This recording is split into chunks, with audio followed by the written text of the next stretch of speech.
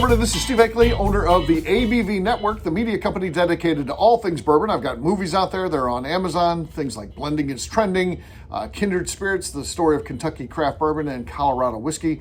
St. Louis whiskey will be coming out soon. Very excited about that one. Telling the stories of the craft distilleries here in the St. Louis area that are doing really good stuff. Should be great. Check us out online, abvnetwork.com for that company. And then the other place you want to check out is abvbarrelshop.com. That's where I'm at right now. So Jim Fosnot and I co-founded this place, and it is dedicated to single barrels.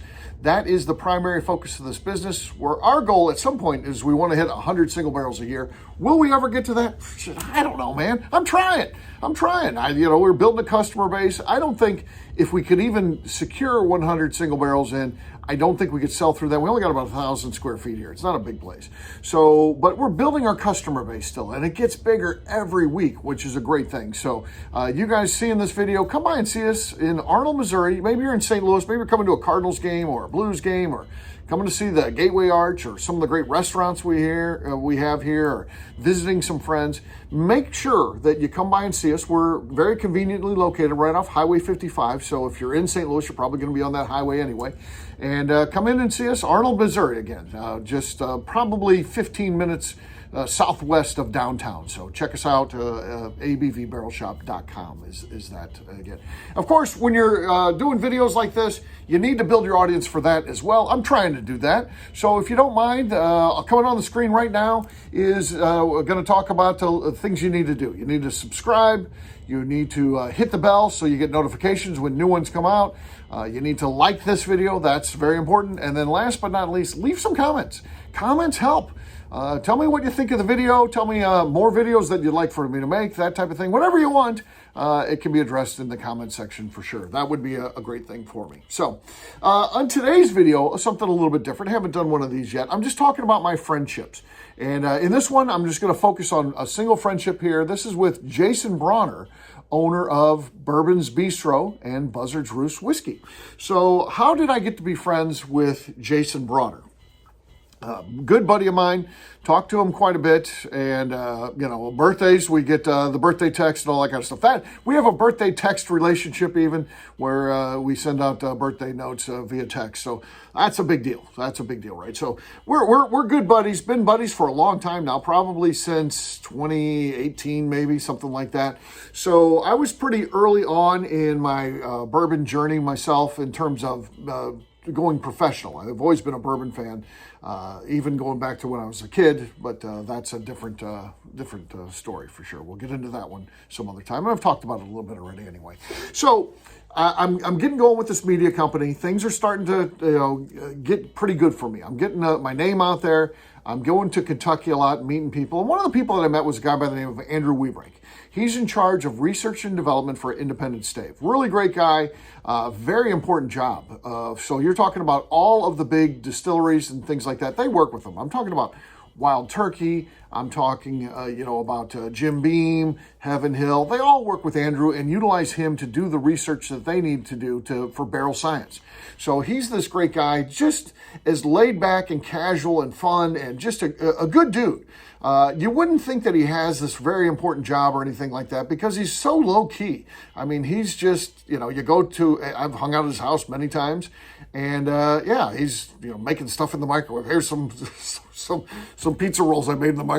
I mean, he's just kind of, nothing fancy about him. He's just one of those good, humble guys. So really, really good dude. So I'm doing this bourbon stuff, and he's like, you got to meet Jason Brauner. I mean, you go all these distilleries and all that. You got to know the guy who owns the world's best bourbon bar. So he introduces me to Jason.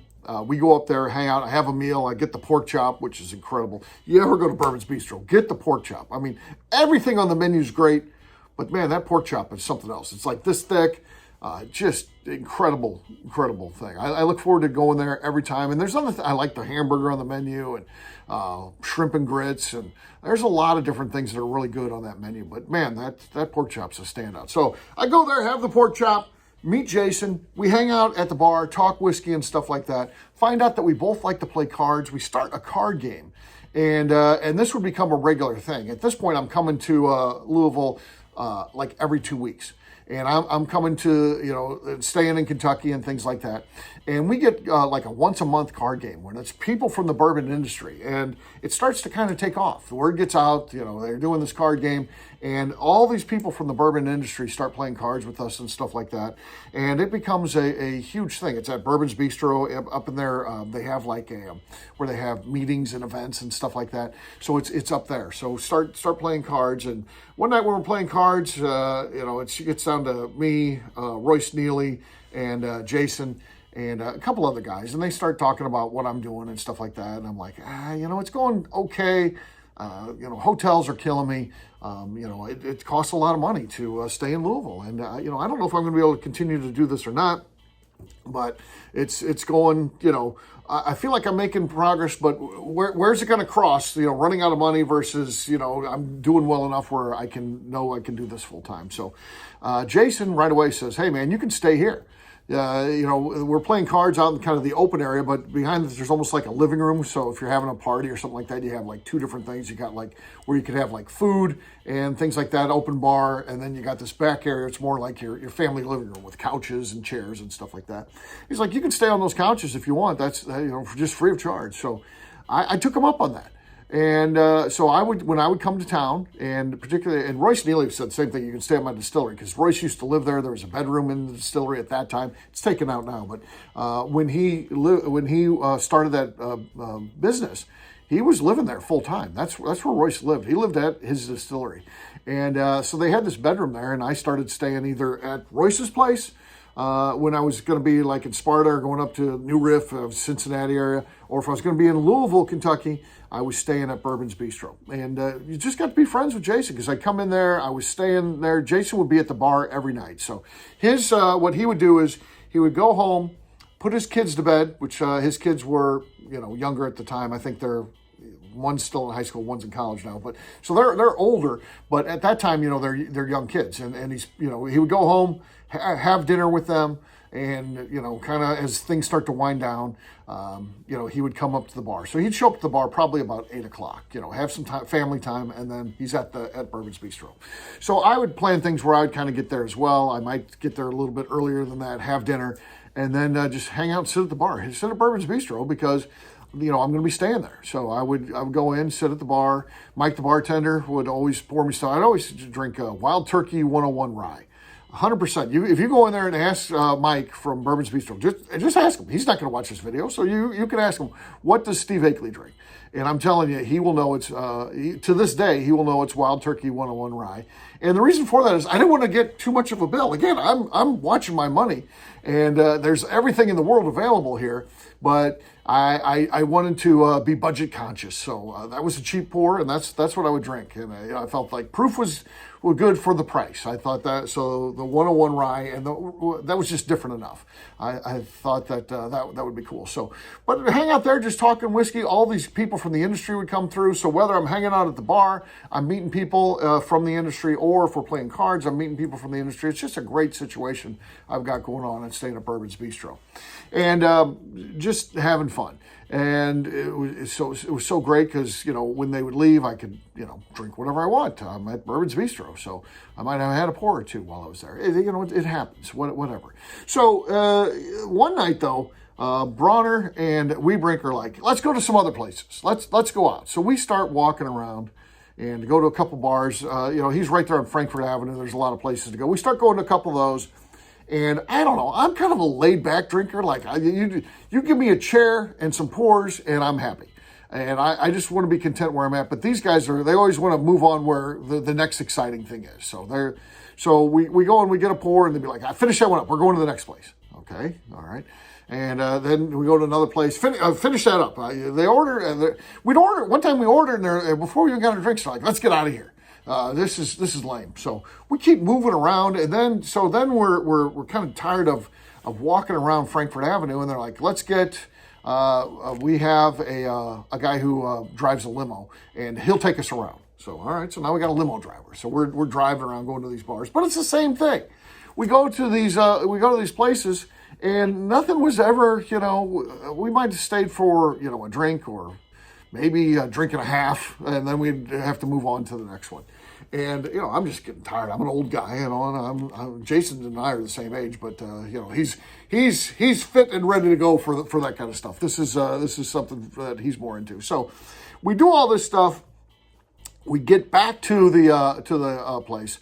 Weebrink just disappears. He Ubers, gets the hell out of there. We're not looking around in Uber. He makes the Uber run and leaves us. He does the Irish exit. Doesn't say goodbye or anything like that. Just, he's gone. So there's Brauner and I, and I'm like, oh, man, the Bourbon's Bistro is closed by this point. You know, it's 2 o'clock in the morning, and I'm just tired. You know, and these guys were talking about doing karaoke when they get back, and I don't want to do any karaoke. I don't sing at all. I don't do any karaoke. That's not a thing for me. But Brauner, you know, was like, where's Weebrink? And, you know, I'm like, he's gone, man. 100%. He's out of here. And he's like, let's still do the karaoke. I'm like, I don't do karaoke. And he's like, well, I do. I'll do a song. So we go up there, and he sings this song. I record it, put it on Instagram Live, and it was bad. I mean, I got to be honest, it was bad. And but I thought I was going to make it. I mean, I'm falling asleep. I'm like doing one of those where you're like, I mean, I just want to go to bed, but it's just him and I don't want to be like, you know, I'm going to bed, man. You can sit out here and sing all you want. So he finishes his song, and I do the applause, stand up, I'm like, congrats, man. That was awesome. Good night, buddy. And he's like, no, I got to do a set. I gotta finish my set. And then, so he starts doing a set. He's doing Sticks, Lady, bum, bum, bum, bum, bum, bum, bum, in the morning. And that's what it sounds like. And I'm just like, that was keeping me awake, though. The lady one just did keep me awake, those notes and that. But, you know, so he finally finishes his 4-song set. And he's like, you sure you don't want to sing any? I'm like, no, man, I think I'm just going to go to bed. And he's like, all right, buddy, I'll take off, man. And so he leaves, and then he's, you know, gone. And the next day he shows up and says, man, I saw that Instagram video. Man, that was a bad song. He said, I'm going to remove that one from the set. I got to put something else in there. They were all that bad. That's the bottom line. They were all that bad. So, yeah, that happened to me one time. And then another time we went there, we played cards, and we always played Trombone Shorty. That's the music that we would play. He had that Sonos system or whatever. But there's one of them, the one speaker, the main speaker is all the way up, like, at the ceiling. And there's no way to get to it or anything like that. It's really loud. And for some reason, before he left, he put on country music. And I hate country music. This horrible country music. He puts that on, and then he drunkenly stumbles home. He's walking distance from Bourbon's Bistro, by the way. So he stumbles out of there. I don't think to tell him to turn that off. And I'm like, where do you turn this off? And then I realize it's on his phone. He's controlling everything over his phone. So I start calling him. I'm thinking he's walking home, right? You know, he'll pick up the phone. And I'm just like, turn off the music, please. He doesn't. He doesn't pick up or anything like that. So all night, I couldn't turn it off. All night. I slept with like pillows on my head. I could still hear it. You know, I got like double pillows and I'm holding it like that. And I can hear this country music just playing all night, you know, loud as can be and all that. And apparently Jason made it home, but he like tripped and fell and split his head open in his kitchen. So he was fine though. He was fine. It was a little blood and he was okay. So, but he got in trouble for that. His wife, Rebecca, man, she lit into him. And so, yeah, but it was fun. So the bottom line is, it's just stuff like that. Those fun nights out, those things that you're doing, we're just buddies. So you know, Jason and I, that's how you get to be friends. You do those type of things. You have those sort of experiences and things like that. That ends up how you forge a friendship. And Jason and I are still great friends to this day. I no longer stay at Bourbon's Bistro. Luckily, the company's been success enough. I don't have to stay at bars, though I would. I'm not above that. But trust me, I'd go up there. I'd sleep at Bourbon's Bistro again in a second. It's a cool place. It's fun.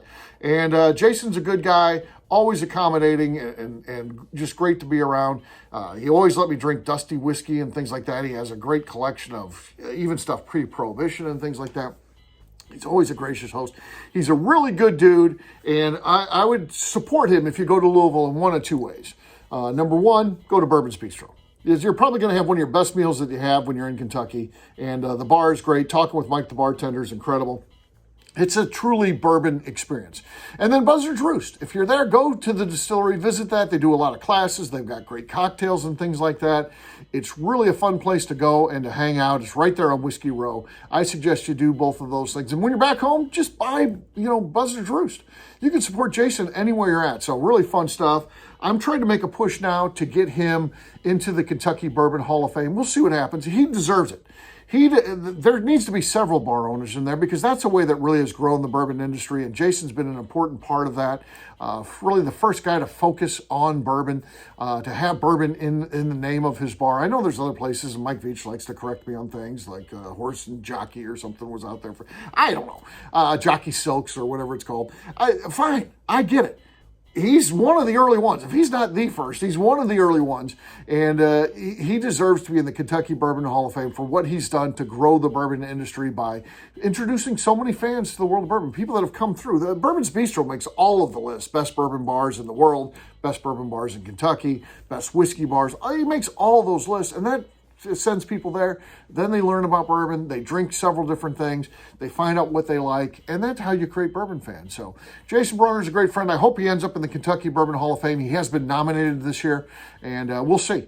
We'll see what happens. Won't find out until September. That's when it'll be announced to the public. Probably if he makes it, he'll be notified sometime in August, I would guess, because they allow you to invite people. So they have to tell you. They have to be like, so hopefully if he makes it, maybe I get invited to go there. I've got to invited with a couple other people I helped in their campaigns that ultimately got him in. So I got to sit at Freddie Johnson's table when he went in, and then I got to sit at Jerry Dalton's when he went in as well. So very cool stuff, and I'm hoping I can complete the trifecta here. I can't help anybody else. This is it. But I got to get Brauner in. We got to get him in. And like I said, he's a great friend, and I appreciate you learning a little bit about our friendship, how we got to be such good buddies, and continue to be so to this day. So thanks a lot. See you guys.